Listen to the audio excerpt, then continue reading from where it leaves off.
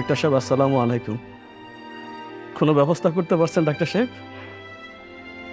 জি, কোনো ব্যবস্থা করতে পারেন না ডাক্তার সাহেব? যেমনি হোক, যেভাবে হোক, আমার ছেলের জন্য কিডনির ব্যবস্থা করেন ডাক্তার সাহেব। যত টাকা লাগে, যত টাকা লাগে আমি দেবো ডাক্তার সাহেব। তবু তবু আমার ছেলের জন্য আপনি কিডনির ব্যবস্থা করেন ডাক্তার সাহেব। আমার ছেলেকে বাঁচান ডাক্তার সাহেব। জানেন, আমার ছেলে যদি কিছু হয়ে যায় তাহলে আমি বাঁচবো না, আমার পরিবার বাঁচবো না ডাক্তার সাহেব। অন্তত একটা কিডনির ব্যবস্থা করেন ডাক্তার সাহেব, একটা কিডনির ব্যবস্থা করেন। আমার ছেলেকে বাঁচান ডাক্তার সাহেব।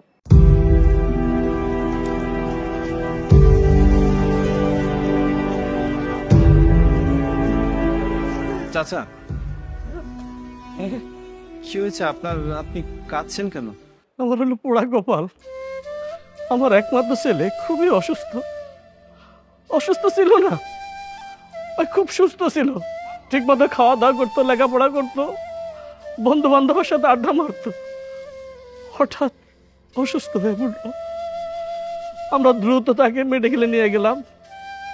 ডাক্তারের পরীক্ষা নিরীক্ষা করে গেলো আমার ছেলের নাকি 2টা কিডনি একেবারে নষ্ট হয়ে গেছে। ডাক্তার বলে দিছে আমার ছেলেকে দ্রুত কিডনি না দিলে তারা বাঁচানো যাবে না। জানো বাবা, আমার বাড়ি, টাকা পয়সা কোনো কিছুর অভাব নাই, কিন্তু তারপর আমি অসহায়। আমার ছেলের বাঁচানোর জন্য আমি একটা কিডনির ব্যবস্থা করতে পারি নাই বাবা। বাবা বাবা, আমার ছেলে আমার চোখের সামনে অল্প বয়সে যদি মৃত্যুবরণ করে, আমি বাবা হয়ে কিভাবে সহ্য করব? আমিও বাঁচবো না, আমার স্ত্রীও বাঁচবে না। আমি এখন হসপিটাল আমার বউকে কি বলবো বাবা? আঙ্কেল, একটা কথা জিজ্ঞেস করি আপনাকে। করো বাবা করো। আপনার ছেলের ব্লাড গ্রুপটা কি? আমার ছেলের রক্তের গ্রুপ হলো ও পজিটিভ। ও পজিটিভ? হ্যাঁ। আঙ্কেল, আপনি যদি কিছু মনে না করেন তাহলে আমার একটা কিডনি আমি আপনার ছেলেকে দিতে চাই। আমারও ব্লাড গ্রুপ ও পজিটিভ। কি বলছো তুমি? আর তোমার মাথা ঠিক আছে? আরে আমার ছেলেকে বাঁচানোর জন্য কিডনির খুব দরকার, সেটা আমি বুঝতে পারতেছি, কিন্তু আমার ছেলের বয়সী আরেকটা ছেলেকে মৃত্যুর কোলে ঠেলে দিয়ে আমার নিজের সন্তানকে আমি বাঁচাতে পারবো না। আমি অত বড় পাষাণ বাবা নই বাবা। আঙ্কেল, আমার তো 2টা কিডনি, আমি পুরোপুরি সুস্থ। আর আপনার ছেলে মানে তো আমার ভাই, ওর 2টা কিডনি নষ্ট। এখন আমার একটা কিডনি যদি ওকে দিয়ে ওকে বাঁচানো যায়, তাহলে আমরা 2 ভাই বাঁচলাম। না না না না বাবা, সেটা আমার দ্বারা কোনোভাবেই সম্ভব না, কোনোভাবেই না। আঙ্কেল, আপনি একটু বোঝার চেষ্টা করুন। দেখুন, আমার তো 2টো কিডনি, আর একটা কিডনিতেও মানুষ বাঁচতে পারে। তাছাড়া 2টা কিডনি থেকেও তো কোনো লাভ নেই। আমার সামনে আমার পরিবারের মানুষগুলো যদি কষ্ট পায়, তাহলে বেঁচে থাকার থেকে মরে যাওয়াই ভালো। আমি কিডনিটা দিতে চাই। তাছাড়া আমি কিডনিটা এমনি এমনি দিচ্ছি না, বিনিময়ে যে মূল্যটা আপনি দিতে চেয়েছিলেন ওটা আমাকে দিন। আমি খুব অভাবে আছি।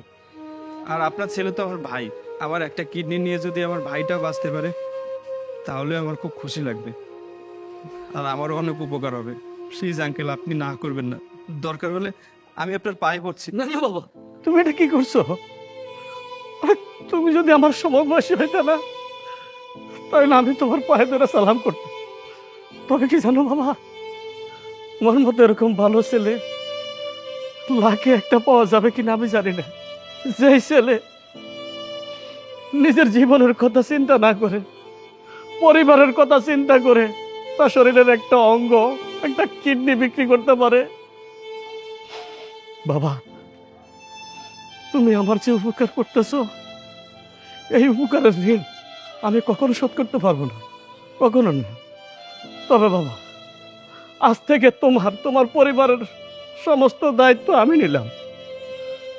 তুমি তুমি সুস্থ হওয়ার পরে ম্যানেজার পোস্টে আমার অফিসে তুমি জয়েন করবা, আমি বলে দিলাম। কিন্তু বাবা, তুমি যা বলছো ভাইবা চিন্তা বলছো তো? হ্যাঁ আঙ্কেল, আমি সবকিছু ভেবেই বলছি। কিন্তু আঙ্কেল, আপনার কাছে একটা রিকোয়েস্ট। আমি যে আপনার ছেলেকে কিডনি দেব, সেটা আপনি কাউকে বলতে পারবেন না। না না বাবা, কেউ জানবে না, দুনিয়ার কেউ জানবে না তোমার কিডনি দিয়েছে আমার ছেলেকে বাঁচাবা। এই কথা কেউ জানবে না, একমাত্র আল্লাহ ছাড়া কেউ জানবে না, কেউ জানবে না।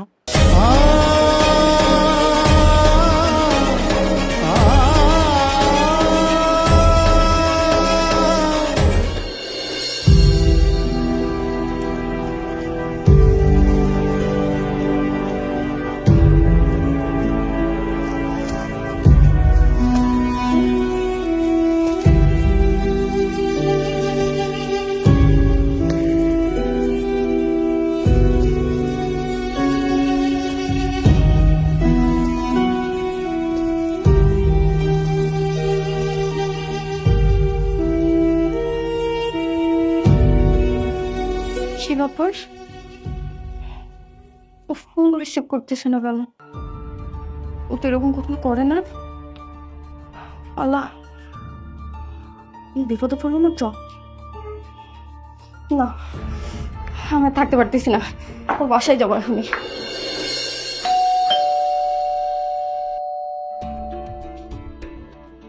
আসসালামু আলাইকুম আন্টি। ওয়ালাইকুম আসসালাম। আন্টি, দীপ্ত বাসায় আছে? দীপ্ত তো বাসায় নেই। তুমি কে মা? তোমাকে তো চিনলাম না। আমি আছি। ও হ্যাঁ, দীপ্তর মুখে তোমার নাম অনেক শুনেছি। এসো এসো, ভেতরে এসো।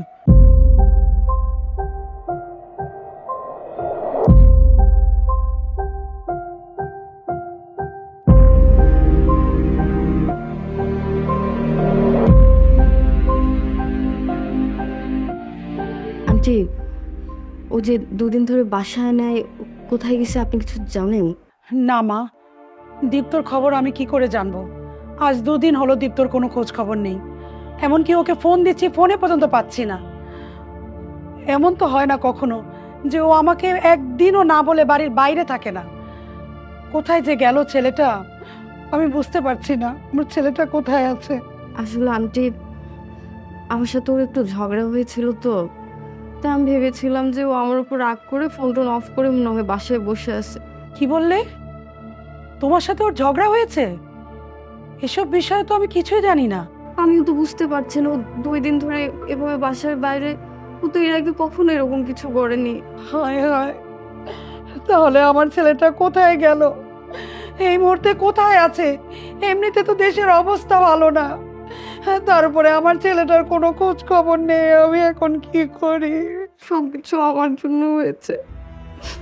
আমি যদি ওর সাথে ঝগড়া না করতাম, ও এভাবে রাগ করে বাসা থেকে চলে যেত না, সবকিছু আমার জন্য হয়েছে। আমি ওকে যে কথাগুলো শুনিয়েছিলাম, এগুলো কথা কোনো ছেলেই মেনে নিতে পারবে না। সেই জন্য আমার উপর রাগ করে সবার থেকে দূরে চলে গেছে। মা, কোথায় তুমি?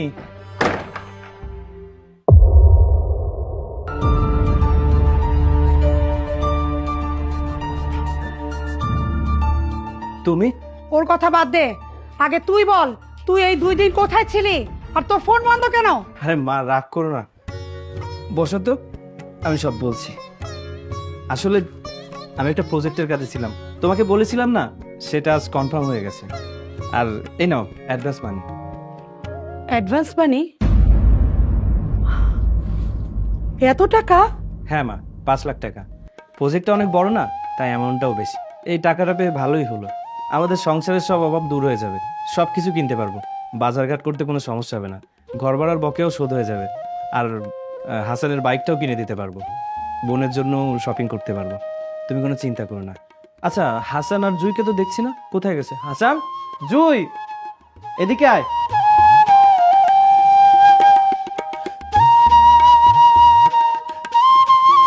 কি রে, এখন রাগ কমেনি?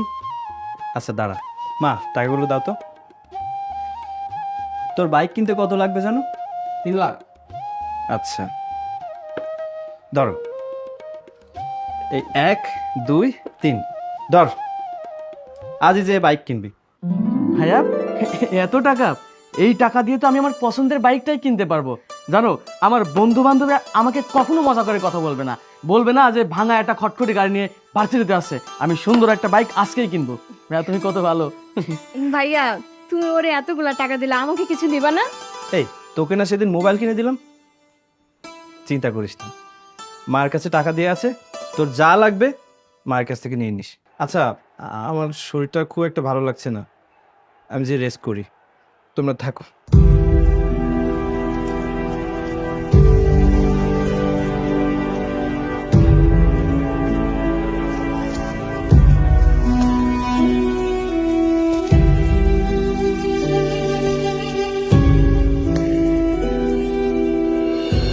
যাক, ভালোই হয়েছে, আমার ছেলেটার অনেক বড় কাজ পেয়েছে। কিন্তু আমি তো জানতাম না যে ওর এরকম কোনো প্রজেক্টের কোনো কথাবার্তা চলছে। ও তো আমাকে কোনো কিছু জানায়নি। হুট করে এরকম প্রজেক্ট কমপ্লিট হয়ে গেল, অ্যাডভান্স টাকাও পেয়ে গেল। আমি তো কিছু বুঝতেই পারছি না। তাই এটা কার ফোন রে? মা, এটা তো ভাইয়ার ফোন। রিসিভ কর। হ্যালো দীপ্ত, তুমি বাসায় ঠিকঠাক মতো পৌঁছেছো তো? এদিকে দেখো না, তোমার আন্টি তোমার জন্য কত টেনশন করতেছে। শোনো বাবা, তুমি বাসার থেকে কিছুদিন বের হবা না, ফুল রেস্টে থাকবা আর ঠিকঠাক মতো ওষুধ খাবা। তোমার যদি যখন যা কিছু দরকার হবে আমাকে জানাবা, হ্যাঁ? আমি তোমার বাসা পৌঁছায় দেব। আর শোনো বাবা, তোমার শরীরে কিন্তু আগের মতো 2টা কিডনি নেই, একটা কিডনি আছে। আর ওই একটা কিডনি দিয়ে খুব সাবধানে কিন্তু চলাফেরা করতে হবে বাবা।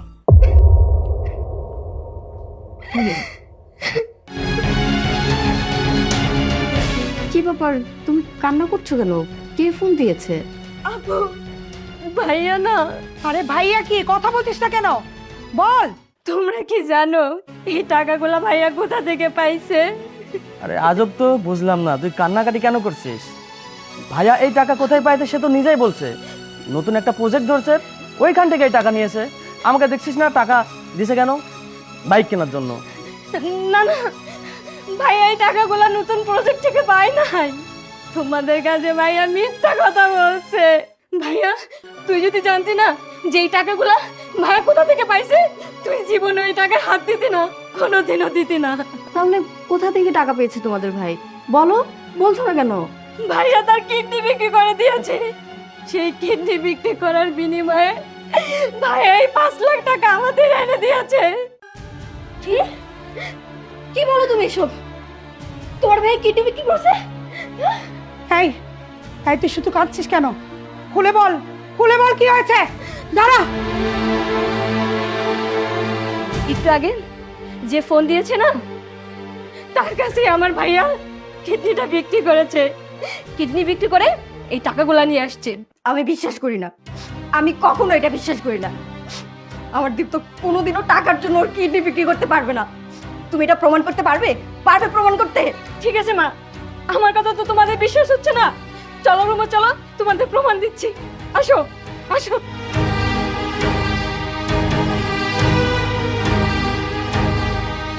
আর লুকিয়ে লাভ নেই দীপ্ত, তোমার সত্যিটা আমরা সবাই জেনে গেছি। তুমি এই 2 দিন কোথায় ছিলে আর তোমার কাছে এতগুলো টাকা কিভাবে আসছে আমরা সবাই জেনে গেছি। আমি তো তোমাকে বলেছি আমি অফিসের কাছে 2 দিন বাইরে ছিলাম, আর এই টাকাগুলো তার অ্যাডভান্স মানি। তাই না? অফিসের কাজে আর 1 বছরের অ্যাডভান্স পেয়ে গেছো। তাহলে এটা কি, এটা কি তাহলে? এই প্রজেক্টের জন্য তুমি 5 লাখ টাকা পেয়েছো, তাই না? দেখেছেন আন্টি, আপনার ছেলে কিভাবে আপনাদেরকে টাকা এনে দিয়েছে? ছি দীপ্ত, ছি। আমি কখনো ভাবতেও পারিনি তুই এতটা নিচে নেমে যাবি। তুই যে আমার ছেলে হয়ে এত বড় মিথ্যা কথা বলবি, তা তো আমি ভাবতেও পারিনি। এই দিন দেখার আগে আমার মরণ হলো না কেন? আমার সংসারে নাও একটু অভাবই ছিল, তাই বলে তুই তোর কিডনি বিক্রি করবি? হায় আল্লাহ, আমার ছেলের কিডনি বিক্রি টাকা দিয়ে আমাকে ভাত খেতে হবে। আল্লাহ, তুমি আমাকে নিয়ে যাও আল্লাহ। মা, তুমি এসব কি বলছো? তুমি মরার কথা কেন বলছো? তোমাকে না কতবার বারণ করেছি এই মরার কথা বলবে না? শুনলে আমার বুকটা খালি হয়ে যায়। আসলে সত্যি কথা বলতে মা, আমি এই কিডনিটা বাধ্য হয়ে বিক্রি করেছি। বিগত 5 মাস ধরে আমার কোনো চাকরি নেই, আমি সেটা তোমাদের কাউকে বুঝতে দিতে চাইনি। আমি চেয়েছি সংসারটা ভালোভাবে চলুক, কারো যেন কোনো কষ্ট না হয়। আমি তো চাই সবসময় তোমরা ভালো থাকো। আমার এই ছোট আত্মত্যাগের মাধ্যমে যদি তোমরা সবাই সুখে থাকো, শান্তিতে থাকো, তাহলে আমি এই একটা কিডনি নিয়েও সুখে শান্তিতে বাঁচতে পারবো। ভাইয়া, আমি জানি আমি তোমাদের সাথে যে খারাপ ব্যবহার করেছি এটা ক্ষমার অযোগ্য। আসলে আমি বুঝতে পারি নাই, আমি অনেক কিছু তুমি না চাওয়াতেই দিয়েছো। আসলে হুট করে কখন কি বলে ফেলি আমি নিজেও জানি না। আর ভাইয়া, আমি কখনো তোমাকে বোঝার চেষ্টা করি নাই, বুঝতেও পারি না যে তুমি আমাদেরকে কতটা ভালোবাসো। আজকে বুঝতে পারলাম তুমি তোমার জীবনের থেকে আমাদেরকে অনেক বেশি ভালোবাসো। ভাইয়া, আমি আর তোমাদের সাথে খারাপ ব্যবহার করবো না ভাইয়া। ভাইয়া, আমার বাইক কিনা লাগবে না ভাইয়া, তোমার এই কিডনি বিক্রি করা টাকা দিয়ে আমি বাইক কিনতে চাই না ভাইয়া। মাফ করে দাও ভাইয়া আমাকে। ভাইয়া, হাসান ভাই না ঠিকই বলেছে, তুমি না আমাকেও মাফ করে দাও। ভাইয়া, আমরা না সত্যি অনেক স্বার্থপর। আমরা এতটাই স্বার্থপর যে আমরা যখন যেটা আবদার করেছি, তুমি তোমার হাজার কষ্ট হলেও আমাদের সব আবদার পূরণ করেছো। তুমি যে আমাদের এত ভালোবাসতা এটা আমরা বুঝতে পারিনি ভাইয়া। সেই ছোট্টবেলায় বাবা মারা যাওয়ার পর থেকে আমাদের দুজনকে তুমি আদর ভালোবাসা দিয়ে বড় করেছো, কখনো বাবার অভাব বুঝতে দাওনি। ভাইয়া, আমাদের না আর কোনো আবদার পূরণ করতে হবে না তোমার। আমরা আর কোনো কিছু চাই না, আমরা কোনো কিছু চাই না। আমরা না দুই ভাই বোন মিলে একটা জব করব। জব করার পর যখন অনেক টাকা ইনকাম করব, তখন না ভাইয়া আমরা তোমাকে একটা কিডনির ব্যবস্থা করে দিব, ঠিক না ভাইয়া? আরে দূর পাগলি, কি সব বলছিস? তোদের কিচ্ছু করতে হবে না, তোরা তো তোদের ভুলটা বুঝতে পেরেছিস। আমি সব সময় চাইতাম যে তোরা আমাকে একটু বোঝ, যে তোদের ভাই তোদেরকে নিজের জীবনের থেকে বেশি ভালোবাসে, আর একটা কিডনিতেও মানুষ বাঁচতে পারে। মা, তুমি আমাকে ক্ষমা করে দাও, আমি তোমাকে না জানিয়ে এত বড় একটা কাজ করেছি। দীপ্তু, তুমি আমাকে তো কিছু বললে না, আমার সাথে তো কথা বলছো না। আমি কোন মুখ নিয়ে তোমার সাথে কথা বলবো? তুমি তো জানো আমার একটা কিডনি নেই, গত 3 মাস ধরে আমার কোনো চাকরিও নেই। আমার মতো বেকার আর হতভাগার সাথে তোমার থাকা সাজে না। তুমি প্লিজ আমাকে ক্ষমা করে দিও। দীপ্ত, তুমি জানো আজকে আমি কেন এসেছি? আজকে আমি বাবাকে বলে দিয়েছি যে আমি যদি বিয়ে করি তাহলে তোমাকেই করব, আর বাবা যদি জোর করে অন্য কারোর সাথে বিয়ে দেয় আমি বিয়ে করবো না, দরকার হলে আমি মরে যাব। আর বাবা শেষমেশ রাজি হয়েছে, তোমার আমার বিয়েতে আর কোনো সমস্যা নেই। আর তুমি এটা কি বললে? তোমার একটা কিডনি নেই, তোমার চাকরি নেই, সেজন্য আমি তোমার জীবন থেকে চলে যাব? কিন্তু আমি তোমাকে ভালোবাসি, তোমার মনটাকে ভালোবাসি, তোমার শরীরকে ভালোবাসি না। তুমি একটা অসহায় মানুষকে তোমার নিজের কিডনি দিয়ে তাকে একটা নতুন জীবন দিয়েছো। এরকম মহৎ কাজ কয়জন করে? আর এরকম মহৎ মানুষ কয়জন তার জীবন সঙ্গী হিসেবে পায় বলো? আমি অনেক ভাগ্যবতী যে তোমার মতো একজন মানুষ আমাকে এত ভালোবাসে। আখি, আমি সত্যিই বুঝতে পারিনি আমি যাকে ভালোবাসি তার মন এত বড়। আমি তোমাকে অসম্ভব রকমের ভালোবাসি। বিয়ে করবে আমাকে? ও কি বলবে রে? বিয়ে তো আমরা তোদের করাবো। এই নে, তোদের দুজনের হাত এক করে দিলাম। অনেক তো পালিয়ে পালিয়ে প্রেম করেছিস। ভাইয়া, আমাদের জন্য তুমি অনেক কিছু করেছো, এখন তোমার বিয়ের সমস্ত দায়িত্ব আমাদের। খুব দ্রুত তোমাদের বিয়ের ব্যবস্থা করতেছি। হয়েছে হয়েছে, তাই তাড়াতাড়ি চল, মিষ্টি কিনে বেয়ার বাসা যাবো। হ্যাঁ,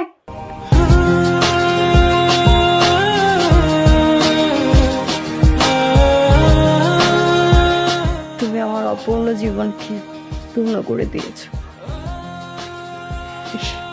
উফ, সরি। it's okay.